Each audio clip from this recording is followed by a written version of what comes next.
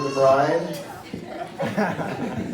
On behalf of Michelle and myself, the Wall family, Jeff and Katie, the Link family, thank you for coming to this amazing event and celebrating this moment with us and our family. This is a very special time. We realize you had to travel far. Some of you are staying overnight. So we know the sacrifice that you made to come here. So thank you very much. And I got to give a real big shout out to those that really put this together, because Jeff, myself, and Todd, we did a lot. Nothing. We did zero. We were players on the sideline, ready to go in when we were called upon, and we did it good. But the three women, Michelle, Taylor, and Katie, from the get-go, put this thing together. I watched them tirelessly organize and collaborate. And do you know how much of an event this is? This is huge. And I got to give a little bit of an extra shout out to my wife, Michelle. She was the workhorse. You guys know Michelle. She can throw a hell of a party. This is no different. She does it with elegance and class. Pinterest grew up in this room. And that's what this is. So, thank you, Michelle. And for those of you that know me really well, I'm a numbers guy. In fact, Excel is my love language. So, they know this. When the wedding started to get planned, what did I do? I downloaded a budget spreadsheet. And they bought into it. 2 months later, I took the word budget off the spreadsheet, and it became an expense calculator. There is no budget to this wedding. Okay? So, they loved it. They tracked it. I also downloaded a food and beverage calculator. And by the way, everybody, 2.4 pieces of pizza, 3.3 drinks, that's all you get. If you want more than that, you gotta steal it or borrow it from somebody else. Okay? And I turned the booze on quickly, kind of skewed everything. I downloaded a guest list, which, by the way, 52% of the people here, I don't know that well, or don't know at all. That's a testament to the friends that come to see them. And another thing I read, 3.3 people per 100 guests are wedding crashers. So 6.6 people here, nobody knows. So welcome. And I hope you enjoy our wedding. Okay? Todd. What a great kid that walked into Taylor's life. Taylor came home one day from the Nutty Squirrel. You guys heard the story. And she started telling me, Michelle, about this boy that she met that had an infectious laugh. And his name was Todd.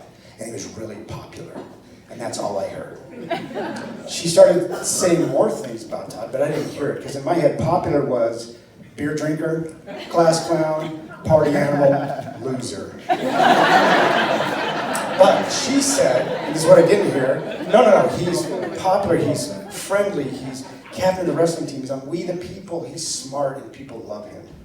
So I didn't hear that part. But he comes to meet me the first day he walks in, and he goes, Mr. Wall, I'm Todd. And I went, you're a brown-noser. This is a modern-day Eddie Haskell that just walked into my house. And he's courteous, and he's respectful, and he's nice. And I'm like, this is a fraud, and it's only a one-time deal. But then I got to know him, and I'm like, this kid's actually really cool. And I got to tell you the story that really resonated, that showed his character. He came and asked me if he could date my daughter. How many guys would do that? He comes in and he goes, Mr. Wall, I need to speak to you. And I go, sure. And he goes, I'd like to know if I can date your daughter. And this is my face. What? Dude, nobody does that. I go, secondly, I have a lot of respect that you did that. That is awesome. Thirdly, I don't care. You got to ask her. And fourth, this was my one chant. Do you want to date her? Do you know what you're getting? I've given you warnings throughout this time on date. Are you sure? Okay. And off they went. And they dated. They went to senior ball, and then they had a little breakup. And during that breakup, Taylor and I had a conversation. And she said, I really love Todd. And they'd been broken up for a while. And I kind of shook my head and I said, just kind of flippantly, Taylor, nobody's good enough for you. And she started to cry. I said, Taylor, why are you crying? She said, you just said Todd is not good enough for me. I go, honey, nobody's good enough for you. You're my daughter. I don't care who it is. That worked out so well, they got back together. That didn't work. Now I got to tell you the story when Todd came to ask for Taylor's hand in marriage. It's a great story. I'm on the garage. It's a warm summer day. I'm replacing the fuel line on my 50cc dual cycle engine. And the reason I say that is because my friends are laughing because they know I don't even know what a fuel line is. But I was replacing this. This was like manly stuff. I had Google out. I was watching it, okay? And my hands are greasy and they're stinky with gas. And he comes out of the garage door. And he goes, Mr. Wall. Maybe he didn't say Mr. Wall. Maybe he said Chad, but in my head it was Mr. Wall. Mr. Wall, can I talk to you about something? And I knew it. Because in his face was two things, determination and fear. So he comes up, and this is exactly what I said. I go, dude, my hands are greasy. I go, are you right now you're going to do this? I go, bring it on. Let's do this. Let's do this. And he comes up, and he gives me the most well thought out, heartfelt declaration of why he wants to marry my daughter. And he said, I have allergies, by the way. And he said, Mr. Wall, I want to love your daughter like Christ loved the church. And that is a husband and wife. And he said, and I want to give her that unconditional love. And I think he said, just allow me this fantasy for a second, I think he said, and Christ died for the church, and I want to die for Taylor. Okay, he didn't say that, but in my head he did. Okay? So I had all these things I wanted to say to him, like, it was going to be really funny, like, dude, really? Are you sure? Or something like, let me think about it. But I didn't, because I saw the love in his face. And I said two things to him. I said, Todd, Michelle and I would be honored for you to be married to my daughter. And secondly, I've protected this girl for 21 years. It's time for you to protect her. Jeff and Katie, where are you guys at? You're doing a good job with this kid. This kid has character. Character that I don't see. Todd, you are kind, you are courteous, you're respectful, you're funny, you have perfect hair, which drives me crazy. As my dad declared, you have beady eyes, but I've seen them, and they're beautiful. But Todd, most importantly, you adore my daughter. You're attentive to her needs, and you love her unconditionally. I'm honored to call you my son-in-law, future son. Taylor, Daddy's little girl. For those dads that have been through this, you kind of know what I'm feeling. For those that are going to go through this, I can't prepare you. For the young men in the room that are dating or are going to marry a woman someday, they're somebody's daughter. So listen to this, okay? Taylor came into the world with dark hair and a squeaky cry. That day changed my life. I realized the secret of life the day she was born. I realized how unique she was going to be. And two things came into my head when the doctor said it's a girl. I was proud. I have a daughter. And I was scared. I got a daughter. I got to prepare to protect her from guys like me. Somehow I got derailed by her and I became better than most guys. At least that's what she thinks. So, Taylor, you grew, and at about 12 months old, you showed your humor. You woke Mom and I up, 12:30 in the morning, and you wanted to play. Mom was pregnant with McKenna, I was exhausted, and you had us laughing at the top of our stairs in Covington. And then you crossed your eyes. She can't even see this. She crossed her eyes, and she starts rolling. And me and Michelle started laughing, and we're in tears, and we were up for at least a couple of hours having just a blast with this girl, and I thought, she's going to be unique, and she's going to have a funny personality.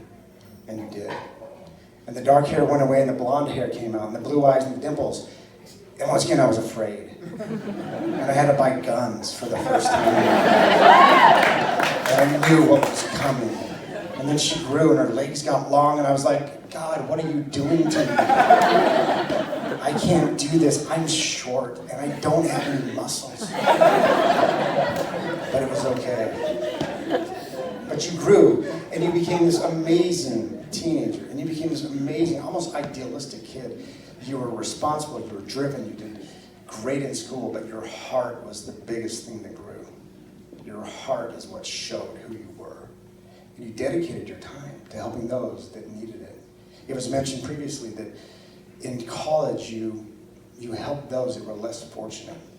You've chosen a career that's going to help people and make them better. After 22 years of protecting you, I know I'm going to get supplanted. I know that, but I'm okay because this guy's cool and he can do it. So a lot of emotions have come to me as well. Seeing you in this beautiful, slightly overpriced wedding dress.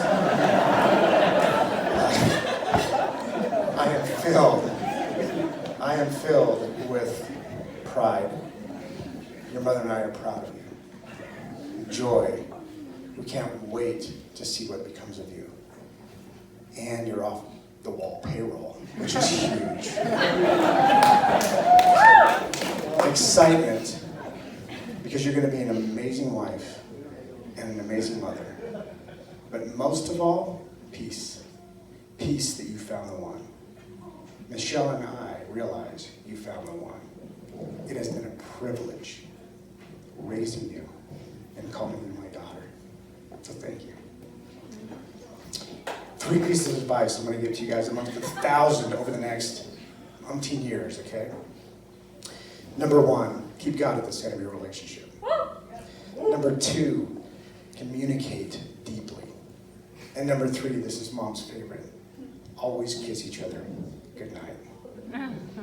So with that, now we will raise our glasses and we will give a toast to Todd and Taylor Lee. May you have love, joy, prosperity, and peace for the rest of your life. To Todd and Taylor.